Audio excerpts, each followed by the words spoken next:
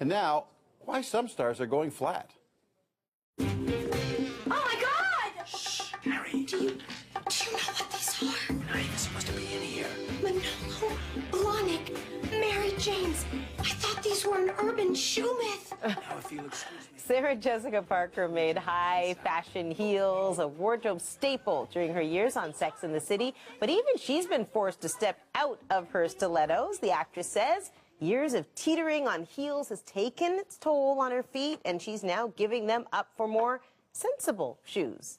Dr. Kel J. Sherkin is a podiatrist, and he's here this morning to talk more about high heels and the damage they can do. Does that make you happy, Kel, to hear that Sarah Jessica Parker said, oh, you know what, I'm going to the flats now. I'm out of the heels. Add some sensibility to wearing the shoes. Some sensibility. And but there's that sexiness, though, in a heel. All women like a good heel, especially when they're getting dressed up. True, true, very true. The history of heels, men started wearing high heels back in the 15th century. And then they developed whereby they made it for women. And if you look at the way heels are, women stand on the heels and tightens their calf muscle, makes a nice shape. Then they lean forward to prevent themselves from falling forward. They got to stick out their chest to prevent themselves from falling back, to stick out their rear end. Voila, a nice shape to the woman's figure. And that's why men love it. And that's why men love it. So tell me about the damage that high heels can do. Sarah Jessica Parker was quoted as saying there are bones now that shouldn't be there, that are there because I've worn heels all my life. What are people risking when they wear heels? A model of a foot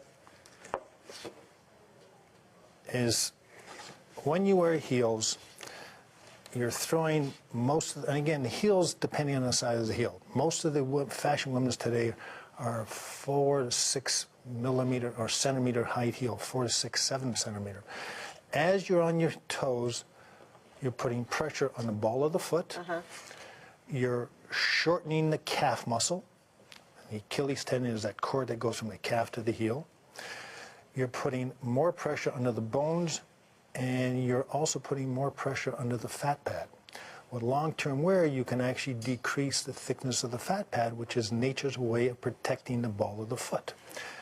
As you throw more weight on it, you're causing weight shifting to occur on the bottom of the foot, which may cause the formation of the bunions, which is basically the deviation of the big toe away from here. If I look at my thumb, I've dislocated my thumb, so that bump there is considered a bunion, which is a bump. That's all it really is. You can wind up with clawing of the toes, which is the bending of the toe this way. You can wind up with corns on the top of the toes, calluses on the bottom of the feet. All painful things. All painful. And corns and calluses do not have roots. You do not have roots. Therefore, never use any of these over-the-counter medicated pads. You're going to wind up burning the skin, and then you've got some real problems. Are flats any better, though? Because a lot of them don't have arches. Is it better to wear flats? I think so. Flats give more stability to your walking.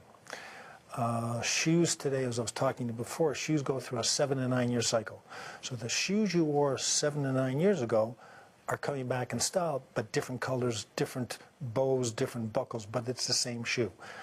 A good shoe for a woman is a nice shoe that's probably has about a 2 to 3 centimeter heel, has a good support in the middle, and has a relatively wide toe box, which is a comfortable shoe, not an extremely stylish shoe. That sounds like a classic pump.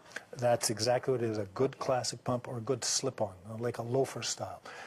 Women today like looking fashionable, so that's not exactly a fashionable shoe. It's a stylish but not a fashionable shoe. It's a difference. All right, Kel, thank you so much. I'll try. All I can say is I'll try. Later on the show, we'll have a look at some of the style trends in flats with brown shoes.